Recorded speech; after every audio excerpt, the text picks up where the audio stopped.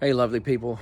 From the thumbnail, you can see that it has been a very eventful Thanksgiving and the day before Thanksgiving, and today's Friday. It's the day after Thanksgiving, and what I'm about to show you was just leading up to this event. This was just a couple days prior to this all happening.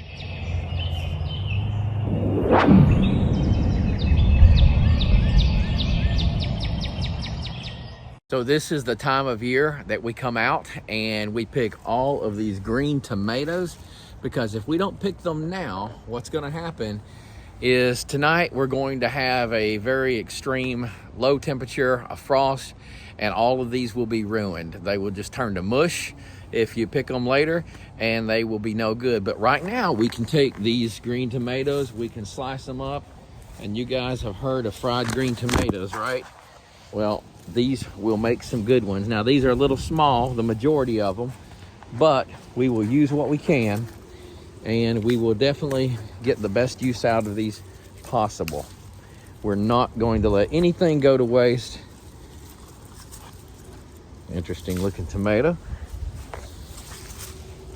But we will definitely do everything we can to utilize these and not let them ruin. That is a wild looking one. So we have made the mistake in the past of not getting these off the vine in time, and then we lost them. I don't know if y'all have ever had fried green tomatoes, but later in this video we will fry some of these up for you and let you see them, and hopefully you'll be able to get a sense for what they taste like. My wife, Mrs. Lovely, she makes the best sauce that goes on this. I'll let her tell you all about it. Oh, look who I found. We are also getting all the peppers as well. And there are lots of peppers to get, especially on the other side of the garden. So look at all these peppers, lots of jalapenos all over the vine here. These are all coming off today because they will freeze if we don't get them off and ruin. So it's time to make some cowboy candy. Here's a lot of bell peppers as well. There's a pretty nice one. Is that a bell? Yeah, it's a bell. It's sweet. Okay, let's toss it in here. All right, we got quite a few on this little plant here. Lots of little ones, but Mrs. Lovely's telling me these won't make it through the frost, so we might as well get them off.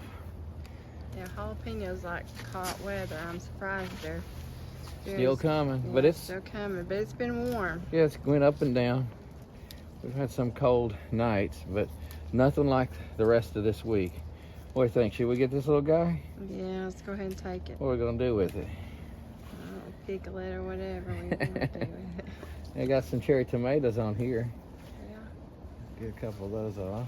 It looks like A some lot of them are split. Split because we had Yeah, rain those are yesterday. no good I wish anyway. we'd picked before the rain. Got well, that one split too. We got one good one off of that. Yeah. Oh, I missed the pepper. Don't want to miss a pepper. Oh, there's a big one up there. Where? Up top. It's the star on the Christmas tree.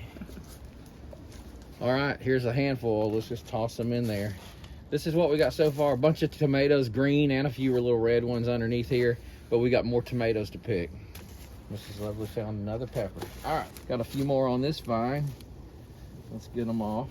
So while I'm doing this, Mrs. Lovely, tell everybody the best way to go about turning these green tomatoes into a delicious meal.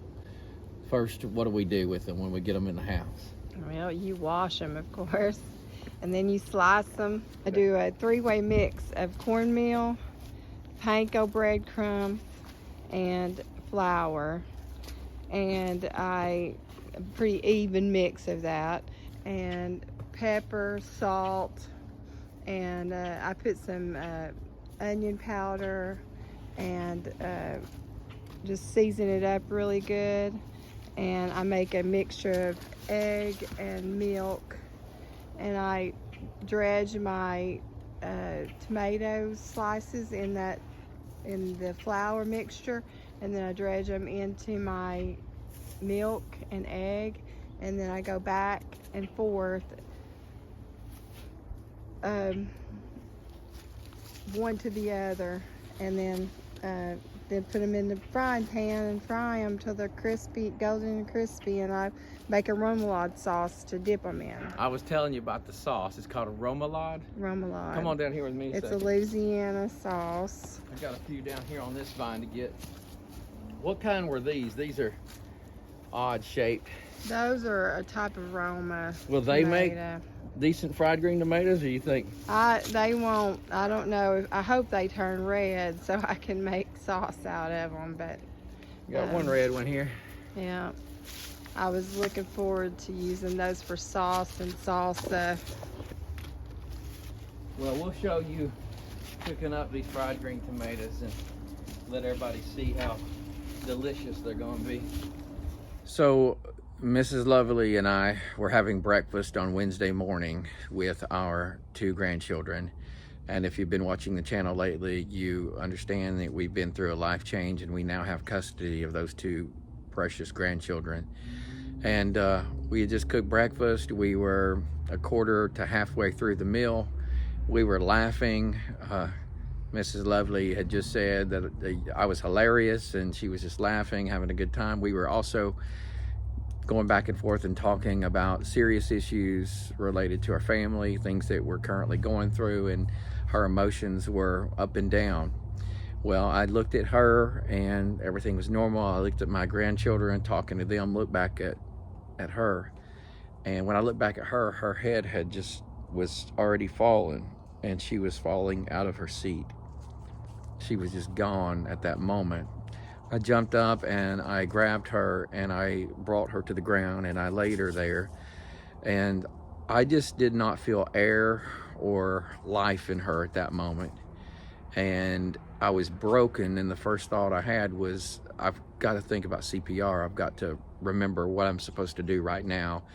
And I started thinking, this all was instantaneous, about, checking her airway.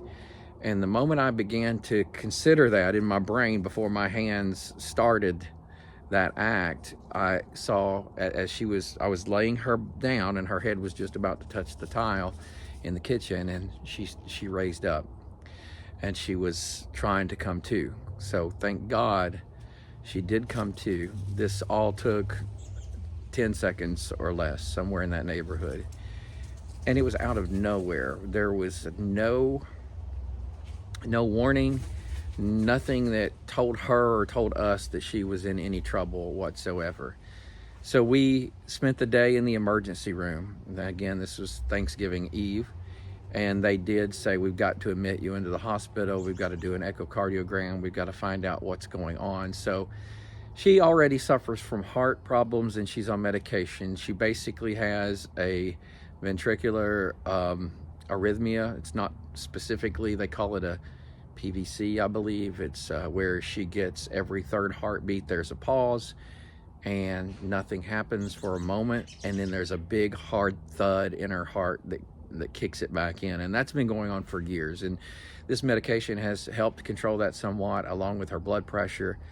One of the things they were concerned with is that the heart rate was down in the low 50s, and it needs to be 60 or above to a certain number to be normal.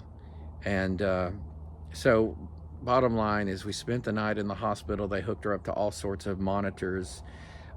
They watched her overnight. They did blood work. They did, on Thanksgiving Day, the echocardiogram. They forgot her Thanksgiving lunch. They brought it to her about 1:30 after I went searching for somebody to find out, and they're like, oh, we've already brought lunch to. And there was an older gentleman in the room next door. He was out there, and I said, are you doing okay? And he said, well, I'd like to get fed today. And so we got her lunch about 1:30, 1:45, and she got to eat lunch there in the hospital, and they had a nice Thanksgiving meal. And so anyway, we've had a lot of prayers going up, and we have appreciated all of those. And if you're a praying person, I would appreciate your prayers for her, because we're not out of the woods. Monday morning, we've got to go into the cardiologist. That's where they're going to strap on these monitors and keep those on her for several weeks. We're going to review the echocardiogram and learn more about that.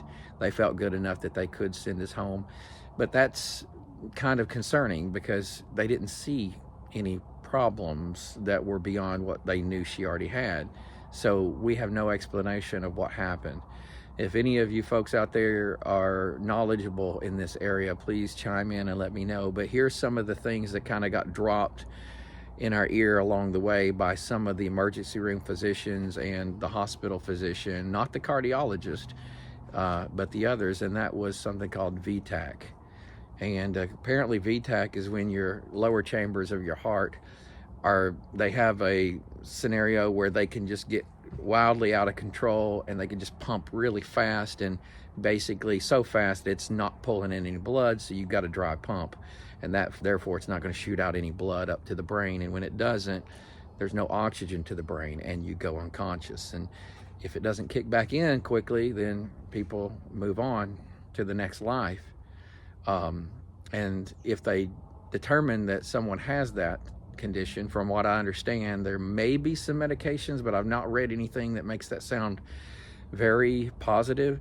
But I think they insert a defibrillator in your chest somehow, sort of like a pacemaker, but it can shock you when it recognizes that your heart's not doing what it's supposed to do, and hopefully jolt it back into the function that it needs to be in. So I'm just hoping. There's a kitty cat running around here acting crazy. I'm just hoping that it's not that. There is another option that it could be, and in either case, this is called syncope, and that's when you faint unexpectedly, pretty much. But I told her if we survive all this and we get down to the lovely place and we get our farm animals, we're going to definitely have to get some fainting goats because they'll have a lot in common. I hope that it was just a fainting spell. She's had those in the past when she's experienced pain or illness, but she always knows those are coming on. She gets a fuzzy feeling in her head. She gets a cold sweat. Seems like her blood pressure lowers, and I've dealt with that. We've been married 38 years or so. So, you know, I've seen that, and I've been there for her, and I've held her while that's happened, but she always knows it. In this case, there was no warning whatsoever. She was seated. We were just having a normal day. There was no illness, no pain, no nothing. The only thing that there was high and low emotions and an enormous amount of stress that we've been going through with our family situation. So, all that being said, there are no fried green tomatoes at this time. I want to show you those, and God willing, she'll fry up some green tomatoes and we can get those out to you soon and let you see this, because they are delicious. But I want to thank my family, all who came and took care of our dogs, took care of our house, took care of the grandchildren, just did everything so that I could be there with Mrs. Lovely and we could get through this. Thank you for all the family that's not here local, but we're offering prayers and giving prayers for her safety and checking in. We love you all, and thank you for your prayers. I just wanted to give you an update. We're not able to do our normal lovely place videos at this moment because I'm really scared to just get away from her for any length of time and not be near her. So I'm in the backyard right now. I'm going to go back in and check on her. The grandkids have her phone, and they know that if something were to happen to call me immediately. So God bless you. Stay lovely, people, and we'll see you here next time at the lovely place, or down there at the lovely place. Take care.